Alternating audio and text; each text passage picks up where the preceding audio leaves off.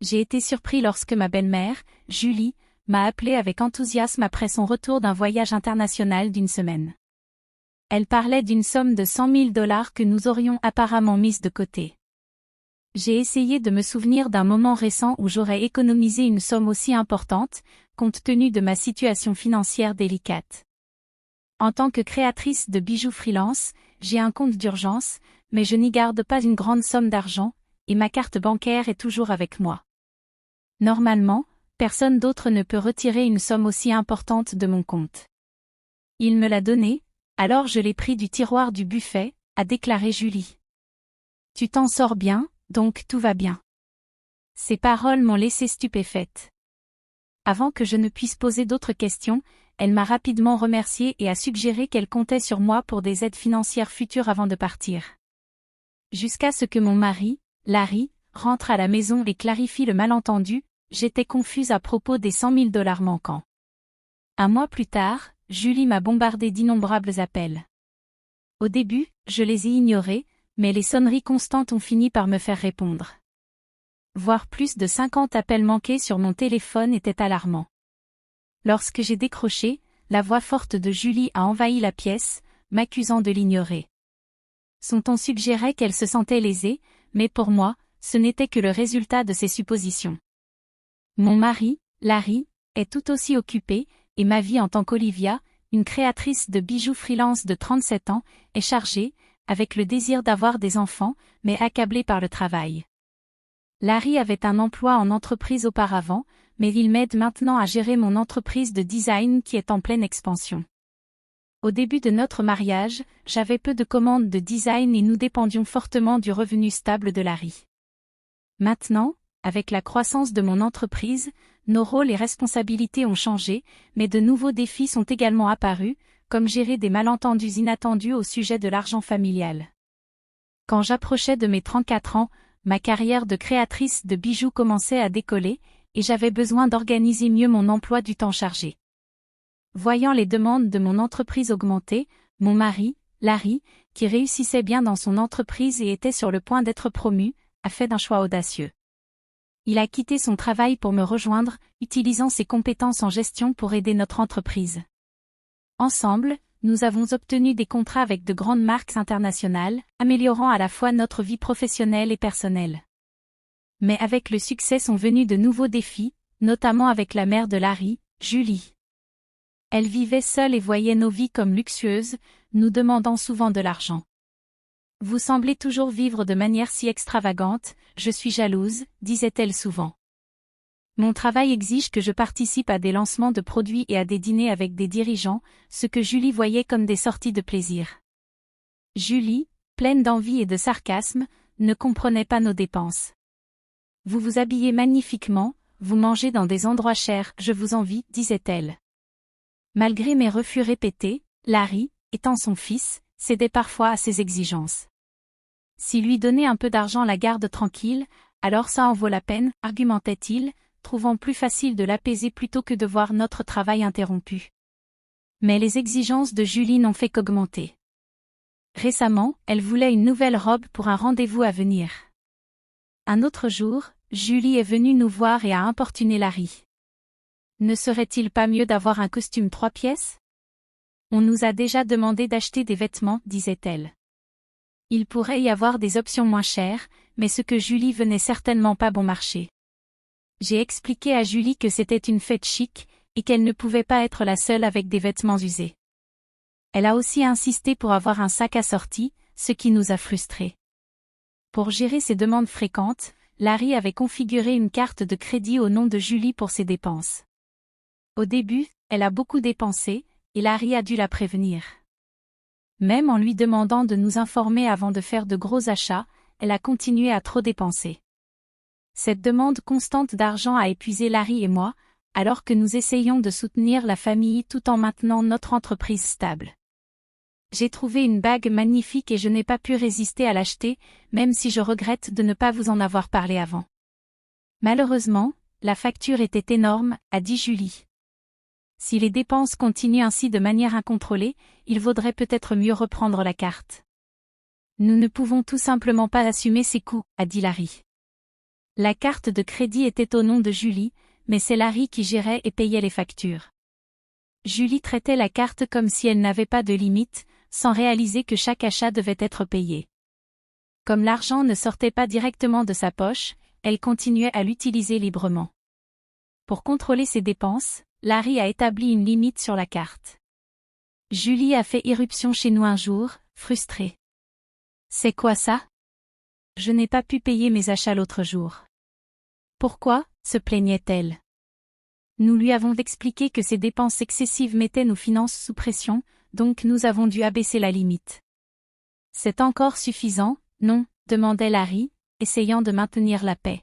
« Mais vous deux, vous vous habillez toujours bien et vous allez dans des endroits chics. Ce que je fais est-il différent ?» protestait Julie, pensant que nos activités étaient simplement du plaisir. « C'est une partie de notre travail, Julie. Si c'est du travail, alors ce que je fais n'est pas différent. C'est injuste que seuls vous deux ayez tout le plaisir, argumentait-elle. Bien que notre travail implique de participer à des événements dans des lieux luxueux, il s'agit d'obligations professionnelles, pas d'activités de loisirs. Malgré ces incompréhensions, établir une limite sur la carte de crédit de Julie semblait avoir apaisé les choses. De temps en temps, Julie venait nous rendre visite et se plaignait à Larry, mais dans l'ensemble, la vie continuait sans grandes interruptions. Avec la fin de l'année, une opportunité excitante s'est présentée.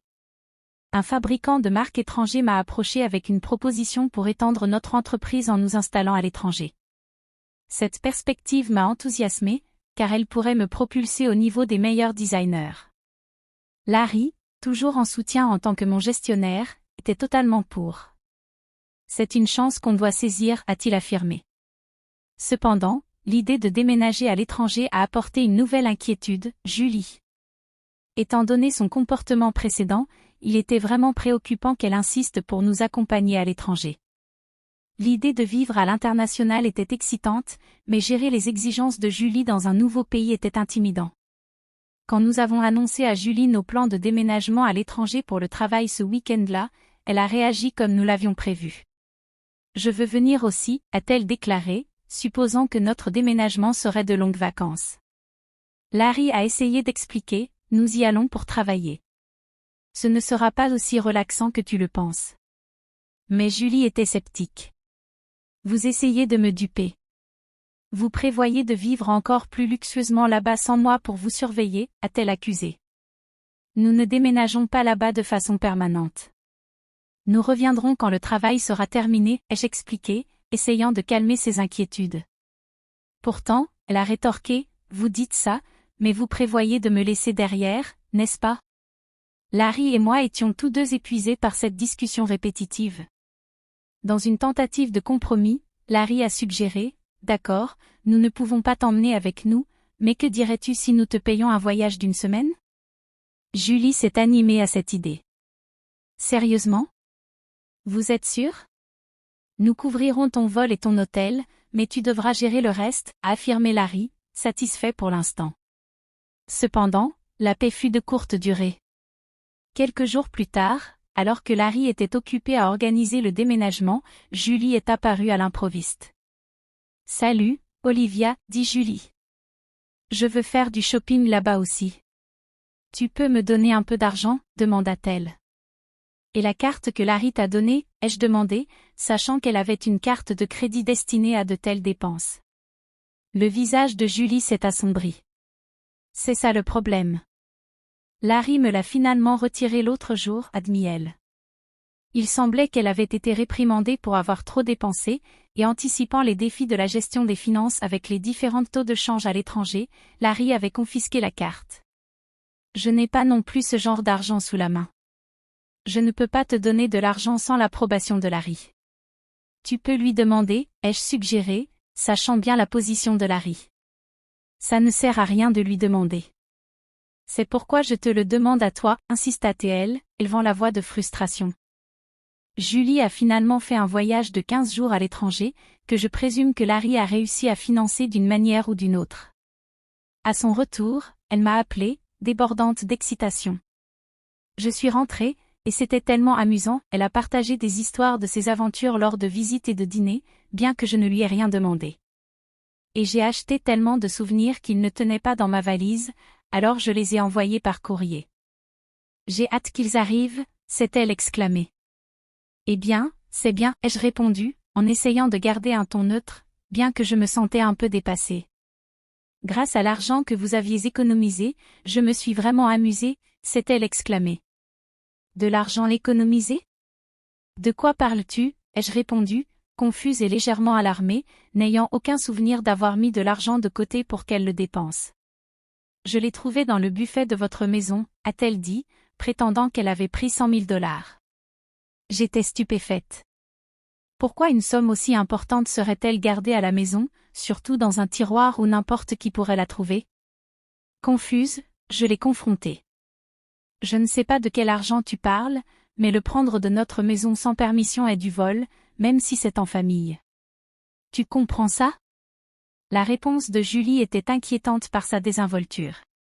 C'est pour ça que je te le dis maintenant. Je l'ai utilisé, considère cela comme un rapport après coup, a-t-elle déclaré sans remords. Je n'ai aucune idée de cet argent, mais si tu l'as pris et utilisé sans en informer personne, c'est un crime.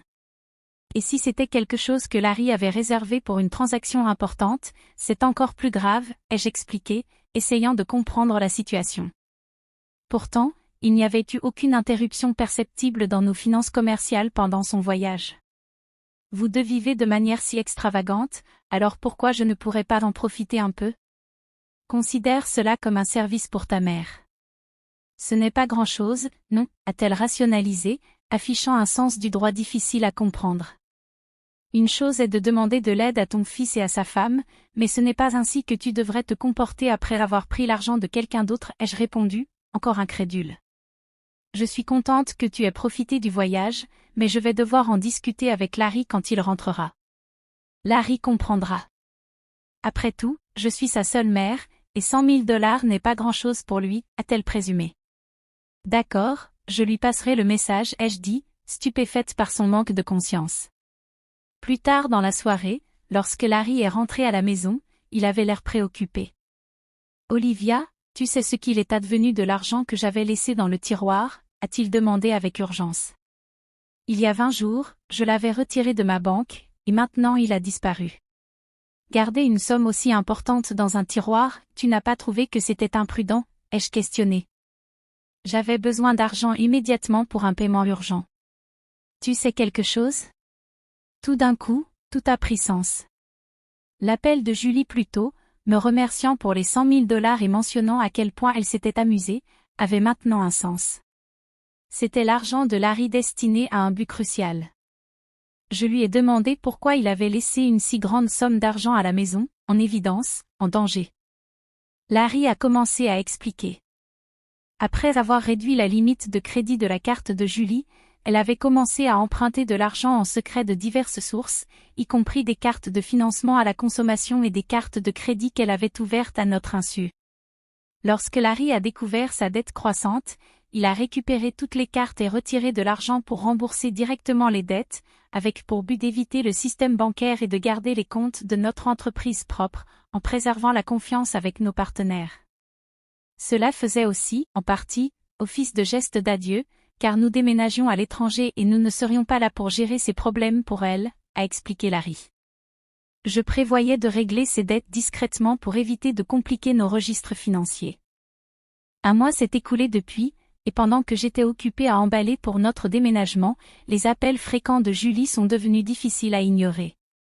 Quand j'ai finalement répondu, sa voix était pleine de désespoir. « Pourquoi tu ne réponds pas à mes appels ? J'ai appelé tellement de fois, dit-elle, presque en larmes. Je suis désolée, Julie. Je suis occupée avec le déménagement. Que se passe-t-il, ai-je demandé, essayant de rester calme et de lui donner une chance d'expliquer son point de vue. Ce n'est pas qu'une seule chose, c'est tout. Il demande des paiements presque tous les jours. C'est trop, avoua Julie, la voix tremblante sous la pression. As-tu essayé de parler à Larry à ce sujet, demandai-je, espérant qu'elle ait d'abord cherché son aide. Il semble qu'il bloque mes appels. Je n'arrive pas à lui parler du tout. Olivia, tu es mon seul espoir maintenant. S'il te plaît, aide-moi, supplia-t-elle. J'ai alors réalisé à quel point la situation était devenue complexe. L'irresponsabilité financière de Julie l'avait menée dans un labyrinthe de dettes. Maintenant qu'elle était éloignée de l'assistance de Larry, elle se tournait vers moi comme sa dernière option. Alors que nous nous préparions à commencer une nouvelle vie dans un pays étranger, gérer le chaos financier de Julie exigeait une attention immédiate avant que nous ne puissions nous concentrer pleinement sur notre nouveau départ. J'ai été surprise par l'approche drastique de Larry envers sa mère. S'il avait utilisé les fonds réservés pour régler les dettes de Julie directement, la situation stressante aurait pu être évitée. Maintenant, Julie était accablée de lettres de relance et d'appels constants des sociétés financières et des créanciers. C'était comme une scène d'un film dramatique, quelque chose que je n'aurais jamais pensé voir dans la vie réelle. Je vais parler à Larry, mais je ne peux pas garantir ce qu'il fera. Un fils doit aider sa mère en difficulté, n'est-ce pas? S'il te plaît, demande-lui pour moi, Julie supplia à la fin de notre conversation. Mais avec l'expansion de notre entreprise qui approchait, nos finances étaient déjà tendues. Nous ne pouvions pas nous permettre d'aider davantage Julie, surtout après qu'elle ait utilisé abusivement l'argent destiné à régler ses dettes. Quand j'ai raconté l'appel à Larry, il a répondu avec un mélange de fatigue et de résignation. Je prévoyais de résoudre les choses avant notre départ, mais elle a gaspillé cette chance toute seule, dit-il froidement. L'argent était à l'origine destiné à régler les dettes de Julie, mais elle l'a dépensé dans un voyage extravagant, ne laissant que peu d'excuses. À mesure que les appels de Julie continuaient, j'ai suivi l'exemple de Larry et bloqué son numéro. Une partie de moi voulait t'aider, après tout, elle était la mère de Larry, mais je ne pouvais rien faire si Larry choisissait de se retirer de la situation. Pendant ce temps, notre déménagement à l'étranger approchait rapidement, et j'avais encore beaucoup à emballer. Au milieu du chaos, j'ai découvert une nouvelle encore plus préoccupante. Julie avait décidé de vendre sa maison pour gérer ses dettes. Il s'avère qu'elle avait caché encore plus de passifs que ce que nous savions. Le montant total était si important que, même après avoir vendu sa propriété, elle n'a pas réussi à tout couvrir. Perdre la maison familiale où Larry avait grandi a été profondément perturbant. Notre maison familiale est partie. Es-tu d'accord avec ça? Ai-je demandé, remarquant sa tristesse. Comment pourrais-je être d'accord? Mais il n'y a rien que nous puissions faire, répondit Larry, avec une voix teintée de tristesse. Perdre la maison où il avait grandi a dû être une grande perte, tout comme je l'ai ressenti quand j'ai perdu la maison de mes parents étant encore jeune. Au milieu de ces sentiments complexes et de la tâche ardue d'emballer, nous avons dû accepter le fait que certaines situations échappent à notre contrôle. Nous devions nous concentrer sur notre avenir alors que nous nous préparions à recommencer dans un pays différent. La réalité douloureuse de perdre une maison familiale a eu un impact significatif sur moi. En observant la situation de Larry, j'ai réalisé qu'il avait perdu non seulement la maison où il avait ses premiers souvenirs, mais aussi son refuge émotionnel. Et tout cela s'est produit pendant que sa mère, Julie, était encore en vie. Il est difficile de décrire le sentiment de perte et de déracinement, surtout dans des situations aussi douloureuses. La perte d'un bâtiment n'est pas seulement la perte d'un bâtiment, c'est la perte d'une partie de votre histoire et du confort d'un endroit où revenir qui n'existe plus. Julie vit maintenant dans un modeste appartement et fait face à la lutte quotidienne pour gérer ses dettes. Elle travaille à temps partiel, ce qui est difficile, compte tenu de son âge. Les opportunités de travail pour les personnes âgées sont limitées et souvent physiquement exigeantes et moins gratifiantes. Cette nouvelle réalité est un grand changement par rapport à sa vie antérieure de dépenses incontrôlées et de liberté financière. Bien que je ressente de la sympathie en la voyant lutter, elle est tempérée par la connaissance que sa situation est le résultat de ses propres mauvaises décisions financières. La vie nous apprend que les actions ont des conséquences, et le cas de Julie réaffirme que la responsabilité financière est cruciale à tout âge. Dans notre nouvel environnement, les affaires prospèrent au-delà de nos attentes. Le déménagement à l'étranger a propulsé notre marque sur la scène internationale, avec une avalanche de demandes et d'offres du monde entier. Chaque nouvel email et appel apporte un potentiel de croissance et de collaboration, ce qui est excitant, mais aussi très exigeant. Le succès est enthousiasmant, mais il consomme nos vies entières, laissant peu de place pour autre chose.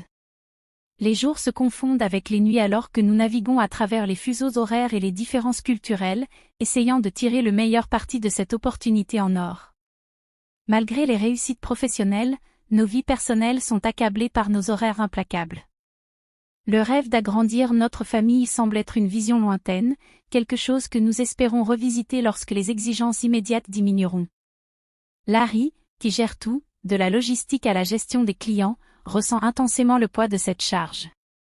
En tant que partenaire dans la vie et les affaires, nous réfléchissons souvent à notre avenir et à nos priorités, en nous demandant comment nous pouvons équilibrer nos objectifs professionnels avec nos désirs personnels. Je regarde par la fenêtre de notre appartement, observant l'immense paysage. Les lumières de néon se mêlent à la nuit, reflétant la confusion de nos vies quotidiennes. Cette vue, pleine de promesses et d'anonymat, contraste nettement avec les rues familières que nous connaissions. Cette ville, vibrante et impitoyable, est maintenant notre foyer. Cependant, elle contraste fortement avec la vie tranquille et stable que nous avons laissée derrière nous. Notre nouvelle vie est excitante, mais aussi intimidante, remplie de tâches et de décisions interminables qui nous défient à chaque pas. En réfléchissant à ce nouveau chapitre, je pense souvent à la situation de Julie et aux conséquences plus larges des choix que nous faisons en ce qui concerne notre famille et notre argent. C'est une courbe d'apprentissage constante, comprendre comment nos choix impactent nos vies. Chaque décision, sacrifice et succès modifie notre situation actuelle. De plus, ils forment l'héritage que nous laissons derrière nous. Cette vue, pleine de promesses et d'anonymat, symbolise un changement significatif par rapport aux rues familières que nous avons autrefois connues. Cette ville agitée et implacable est maintenant notre maison, mais elle est très différente de la vie paisible que nous menions auparavant. Notre nouvelle vie est passionnante, mais aussi exigeante, avec des tâches sans fin et des décisions à prendre chaque jour. Si vous avez aimé, laissez un like et abonnez-vous à notre chaîne pour accéder à plus d'histoires comme celle-ci.